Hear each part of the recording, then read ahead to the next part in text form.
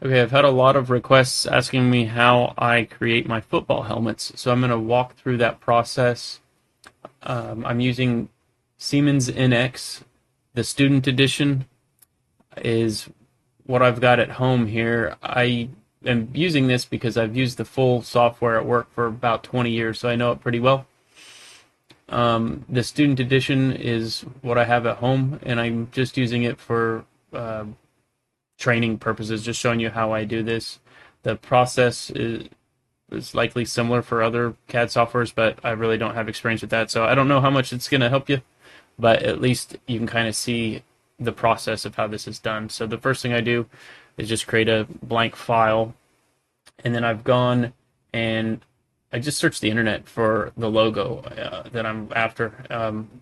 Just looking for a JPEG or whatever. It doesn't even have to be good quality. This one happened to be a pretty good one, but it can be whatever quality, doesn't really matter. So the first thing I'm going to do is create a sketch, and then I'm going to draw a box, and this is basically going to be my plane that I'm drawing on. It doesn't matter exactly how big it is, but for consistency, I go in and throw it at 100. It doesn't matter inches, millimeters, just 100 units. So this is default to inch, but again, it doesn't matter because everything will be scaled.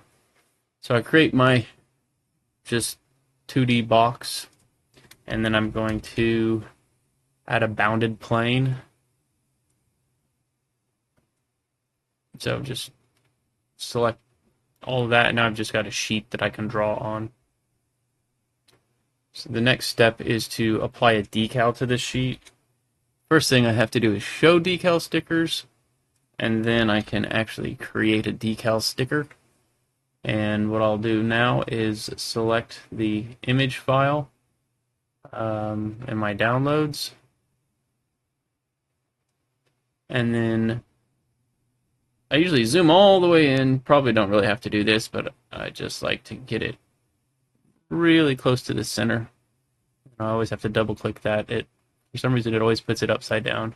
So I'm just eyeball aligning it to the center just to get it as close as I can. And I'm zooming back out. And then I can drag these control handles to get it to fill the space that I was working in. So now I've just got the decal, a picture on a flat plane. That's all that is there. Now, I don't want it to highlight when I'm trying to trace over it. It's just going to keep highlighting like that. So what I can do there is go into my layer settings, and I can tell it that that layer is visible only. So I'm going to create a new work layer 2, and I'm going to set layer 1, which is where everything defaults to. That's going to be visible only. So now I can't select that layer, and I'm working. Anything I do now is going on a new layer. Now I just got to start tracing this logo, and there's lots of ways to do this. This one in particular, since it's a mirrored logo, it looks like, I got to be careful because sometimes they do little weird things that aren't mirrored. But I'm looking at this, and everything seems to be pretty well mirrored. So I'm going to first create a line to mirror across, and that's actually why I like to center it, because I can start at the actual 0 point. Let's see here. How do I want to do this?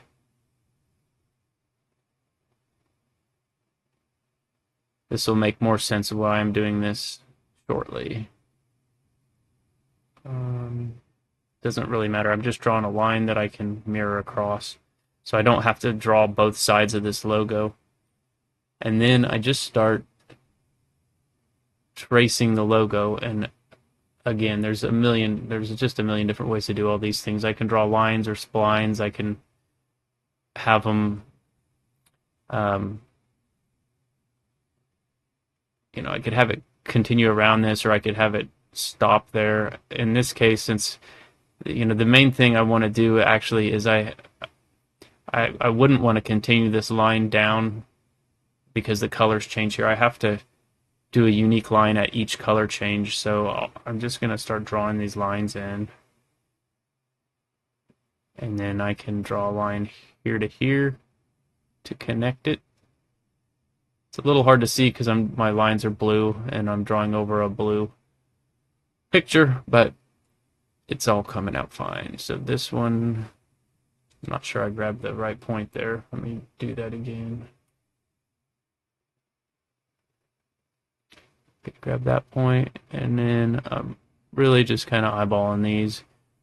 The engineer in me wants to go in and type an exact, angle and dimension, but it really doesn't matter. And it's way too much work to try to do all that.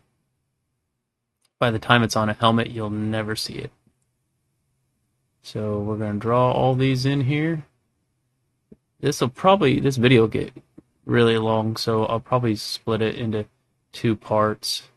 One where I'm just drawing the logo, and then one where I apply the logo to a helmet. Go in here. I'm trying to make sure, like, you can kind of see where this needs to stop. It would still be okay if I stopped it clear back here, and you'll see why later, but obviously I wouldn't want to go past, so somewhere in the general area works. So those are the straight lines of the V. And then when I'm done doing straight lines, I'll go up here to my studio spline, and several options here, but what I'm going to do is click on my starting point, and I want to do this G1, which is going to make it tangent to this line. So if I start to draw some points off here, I can move these around to approximate the shape, but see, this one won't let me go side to side. It'll only let me go tangent because I selected G1. If I hadn't done that, it would just move anywhere. So apply that one, same one over here, G1. Put a few points out there. Doesn't really matter where I put those points because I'm going to move them just to approximately trace that. So I'll show you on this one. I won't hit G1, and I can throw these points anywhere I want, and it just starts to do some weird stuff. But if I then tell it G1, forces it tangent, and then I can bring this up here, maybe something like that. Apply that, and then we're going to go G1, hit a few points, and drag those into place. And again, I'm drawing a unique section, curve, or line at every color boundary, I guess if you want to call it that, except for these in the middle. I won't need that. Actually, I take that back. I will need a line from here to here since it's splitting between these two colors. This one, it's not splitting between colors, so it's fine. It will make more sense later. That one there to there. Let's hit apply between those. And if I miss anything, I can always add it later. So let's go studio spline. I think this is the last one in the V. Oops. If I don't hit G1, I got to right click and hit G1. It's very important that the points connect. If this was sitting out here like this, it would be a nightmare because you wouldn't be able to see it very easily and it would just give you problems, say it's not working. Very important to connect these. Heh. Now it's like being weird. That might just be display resolution stuff. Or maybe not. There we go. I don't know what it was doing there, but we got it fixed.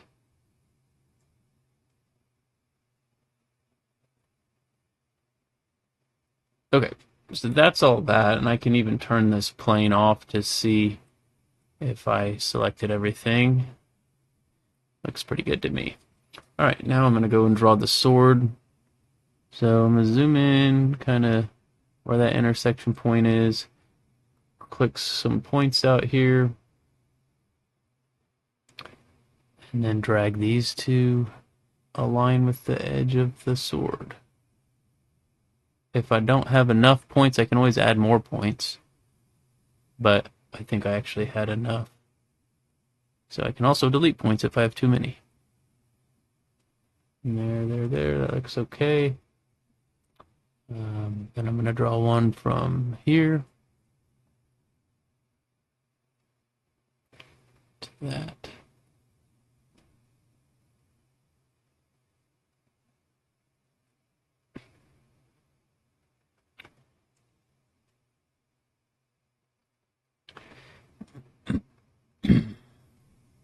So there's a part coming up here that'll be a good example of something that can easily catch up with you later and cause a problem. But so now with this number of, I'm not able to get it super close. Again, you're never gonna notice. I'm zoomed so far in on this, you're never gonna notice it. And on a helmet, it's gonna be like, that big. But so don't overthink it. So this is what I was getting at. I don't want to draw this line from here down to here, because what I'm doing when I do that is I'm crossing this, and it can't do that. I have to stop at that point. So let's drag it back here. Let's stop at that point. It is doing some weird stuff with this. I don't know why it's doing that.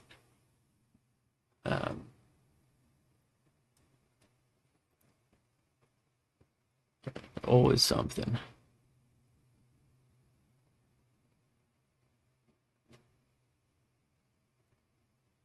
So that should work, and then I'll come off of this one, tangent, draw down to here, and again, I don't want to go to this. I gotta stop where the color changes. This model has a little bit of an example of that, or this logo does, but some of them get really complicated. Draw down here. Now, I am stopping at this point just to get something clean, but I could actually just do it like this, just turn. And then I can even make the end G1 as well. So I can do it like that. I'll just leave it this way. It could have been either way on that. And the reason, because there's no color change here, it's dark blue, light blue, continuous. It's not like it changes again. So we're good there. We're just drawing curves around all the boundaries.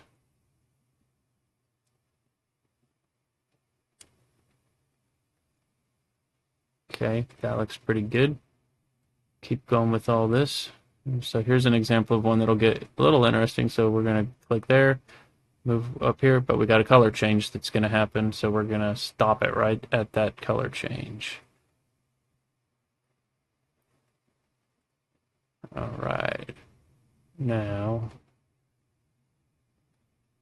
we can come out around here, and I'm just clicking random points. I've done this enough to kind of know generally where these go, so you'll just learn that as you go.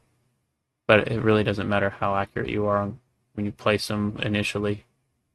Coming off of here,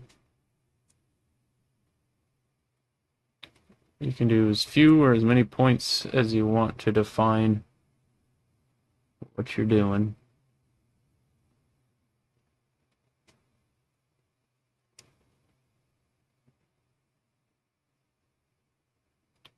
And I'm just zooming in and out with the scroll wheel on the mouse. Okay, by that. It doesn't matter what order you do all this stuff in, just as long as you get it all in there.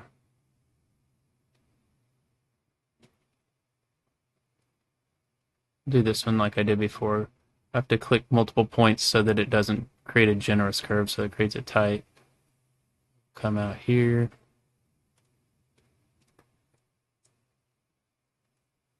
And I gotta stop it right there.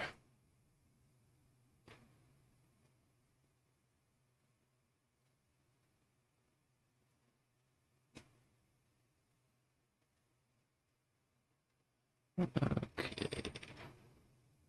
Probably could have drawn a straight line on this one, but it's good. That too.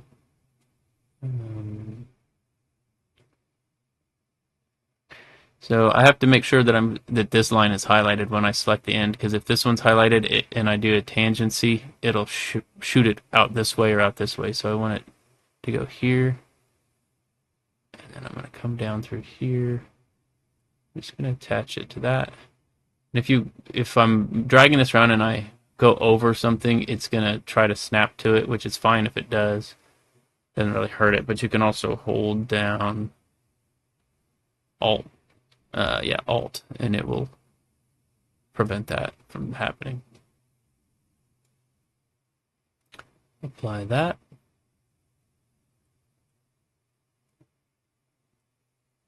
Looks good. Alright, let's keep working around this thing here.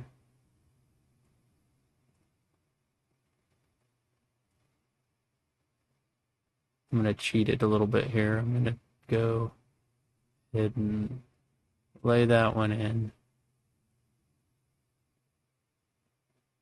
Hit apply. Even though it looks like the color change happens over here, I'm just going to go to here and make it a little bit easier.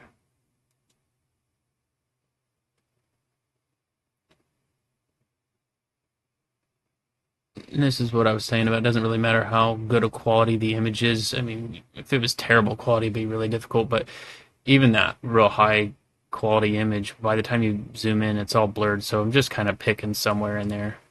Again, just because we're so far zoomed in, you're just never going to notice it. This is another one. I could draw a straight line, but I'm already using the spline tool. Doesn't hurt. Just hit apply.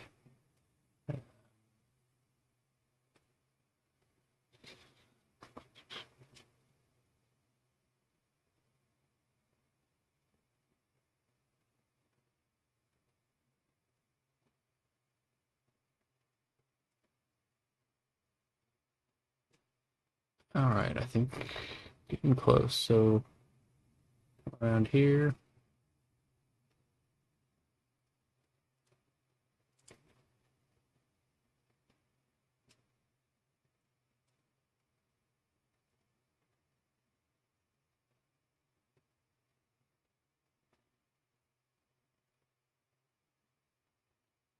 Yeah, pretty much good enough.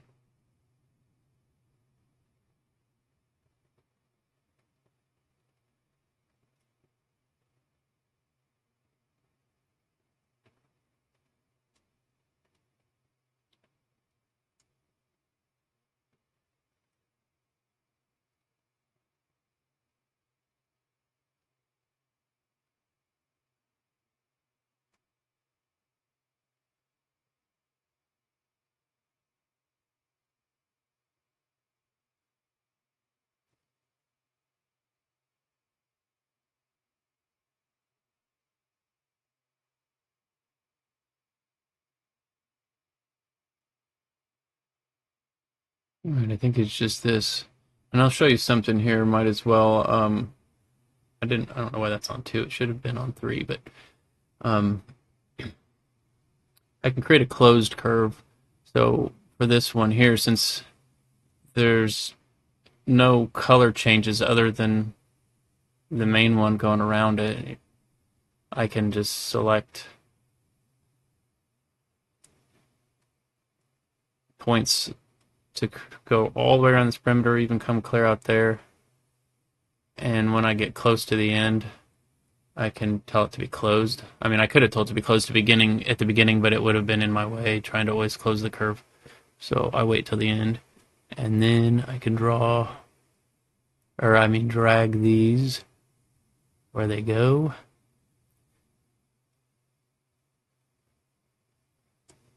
All right, so that can be a fully closed deal. No problem with that. So I think I've got everything drawn in, and I actually don't need these. I'm doing Control B to hide them. So you can also just click them off, go over here.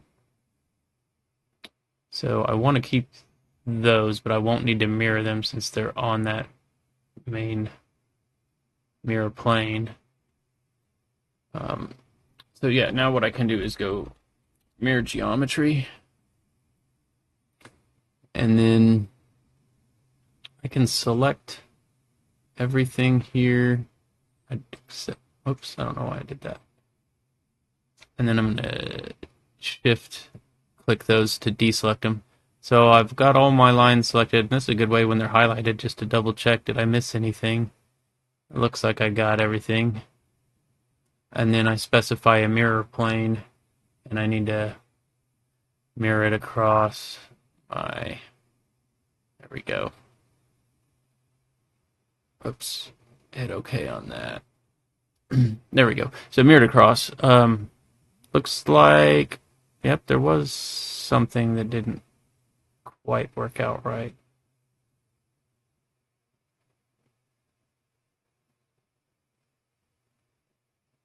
Did I just draw that like that? Hang on a second. Oh, yeah, I'm rotated around. It's like, I don't remember drawing it like that. All right, well, that's a good example right here that it looked mirrored, but I didn't think about this right there. So let's go ahead, redo that mirror. So this area, mirroring it, didn't really work for me. I think what I'm going to do is just go into where I mirrored it and just say, can't mirror. What can I not mirror over? That and that. The rest of it should be okay.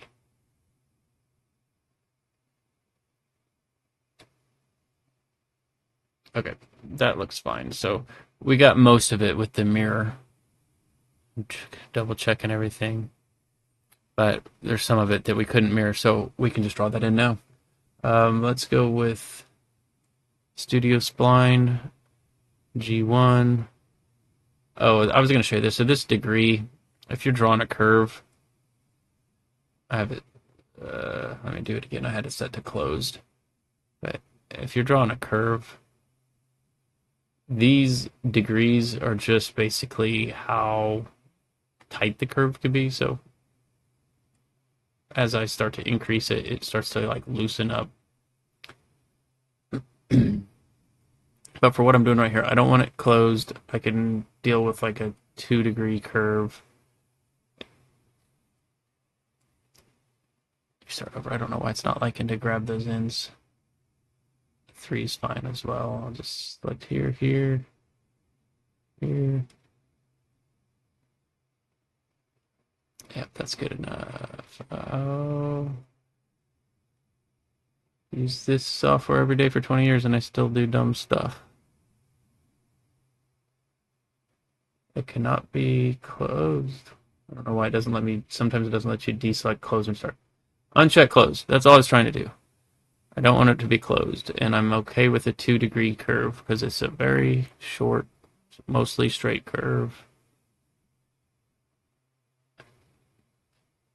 So a lot of work there just to get one little line. Yikes. Let's change this back up to 3. Most of the time you want 3. Don't really need to overthink that.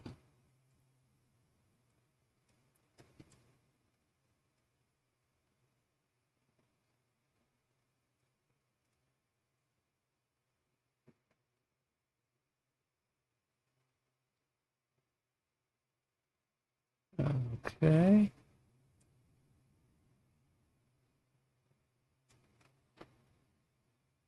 All right. That should be the full logo all drawn in there. I can hide some of these other things so we don't have to look at them. And then if I'm clicking this off, there's my logo. All curves I can use, and then every color change is bounded. So that's how you draw in the logo. The next thing I'm going to do, I do this every time, is this isn't necessarily going to be the right size. So I'm going to do a scale curve. I'm going to select everything. And I don't know if I need to go bigger, smaller, or maybe it's actually fine, but I'll just put in a scale factor. I'll leave it as 1.1 on here. And then I'll just tell it to use the origin for the point. So it's going to scale everything up. It just makes a copy at that scale. And then I can go and hide everything else that I did. So I've got only thing showing is the scaled set of curves.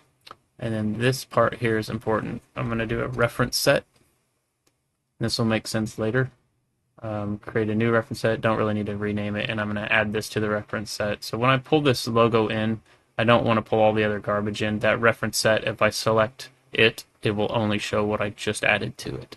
So that is the full process of drawing a logo, getting it from a JPEG or PNG or whatever to a 2D CAD set of nice clean curves. There's software that can do this automatically, but my experience with it is it's not very good. It's not always making the connections that you need or splitting at the colors right. It's throwing extra curves in.